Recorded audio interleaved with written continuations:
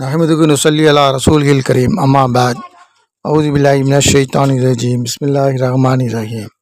அஸ்ஸலாமு அலைக்கும். கண்ணியத்துக்குரிய பெரியோர்களே, சகோதரர்களே, சகோதரிகளே, குடும்பத்தார்களே, குழந்தைகளே, மனிதன் சிந்திக்க மறந்து விட்டான். அதனால் வருவதுதான் அழிவுகளும் நாசமும்.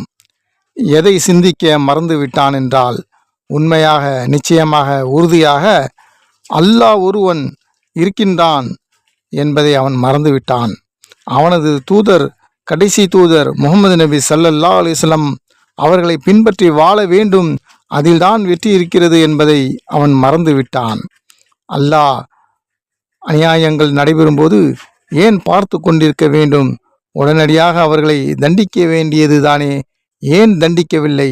அப்படி தண்டித்தால்தான் இறைவன் என்கின்ற அல்லாஹ் என்பவன் இருக்கின்றான் என்பதை எல்லோரும் நம்புவார்கள் அல்லவா? இதுதான் எல்லோருடைய சிந்தனையாக, முஸ்லிம்களுடைய சிந்தனையாக இருக்கிறது. எல்லோரும் இஸ்லாத்தை ஏற்றுக்கொள்வார்கள் அல்லவா? எல்லோரும் முகமது நபி ஸல்லல்லாஹு அலைஹி வஸல்லம் அவர்களை பின்பற்றுவார்கள் அல்லவா? இது பாதிக்கப்பட்ட அனைத்து முஸ்லிம்களின் எண்ணம். முதலில் அல்லாஹ் அநியாயங்கள் நடைபெறும் போது உடனடியாக தடுக்காமல் ஏன் வேடிக்கை பார்த்து கொண்டிருக்கின்றான்?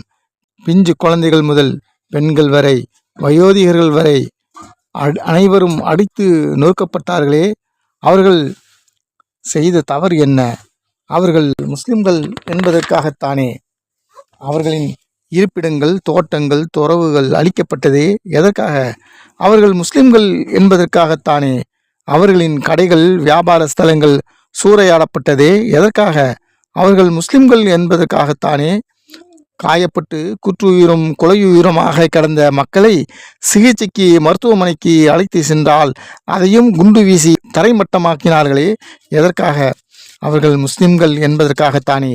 வழிபாட்டு தளத்தில் இருந்தால் அல்லாவின் பாதுகாப்பு இருக்கும் என்று அங்கு போய் ஓடி ஒளிந்தார்களே, அடைக்கலம் புகுந்தார்களே, அதையும் குண்டு வீசி தகர்த்தார்களே, அதுவும் முஸ்லிம்கள் என்பதற்காகத்தானே.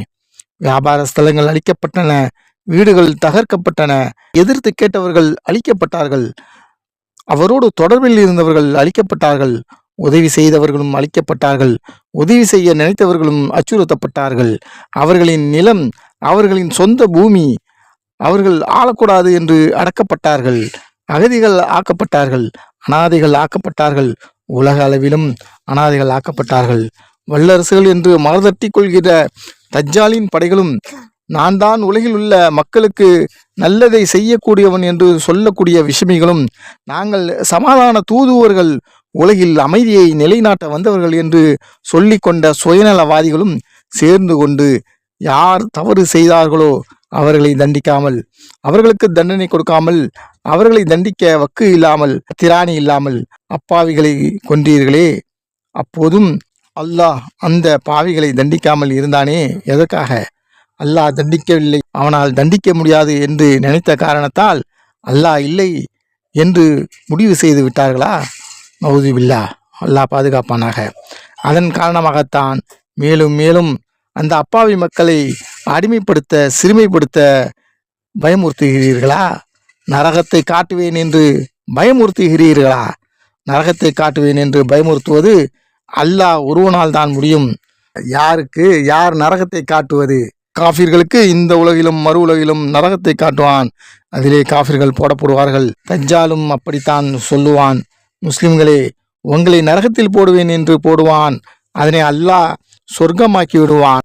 அதே சமயம் காஃபிர்களை சொர்க்கத்தில் போடுவேன் என்று போடுவான், அதனை அல்லாஹ் நரகமாக்கி விடுவான்.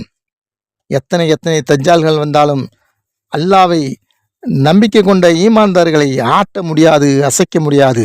அவர்களையும் அவர்களது ஈமானையும் அல்லாஹ்வுடைய கிருபையை கொண்டு, ஈமான்தாரிகளுக்கு அனைத்தும் சோதனையே, அவர்களுக்கு அதில் படிப்பினை இருக்கிறது. சிந்தித்து பார்ப்பீர்களாக. அல்லாஹ் நம்மோடு இருக்கிறான், சொர்க்கம் நமக்காக இருக்கின்றது. இன்ஷா அல்லாஹ் எல்லா மக்களையும் ஈமான்தாரிகளாக ஆக்கி எல்லா மக்களுக்கும் சொர்க்கத்துக்கு செல்லக்கூடியவர்களாக எல்லாம் அல்ல அல்லாஹ் ஆக்கி வைத்து அருள் புரிவானாக.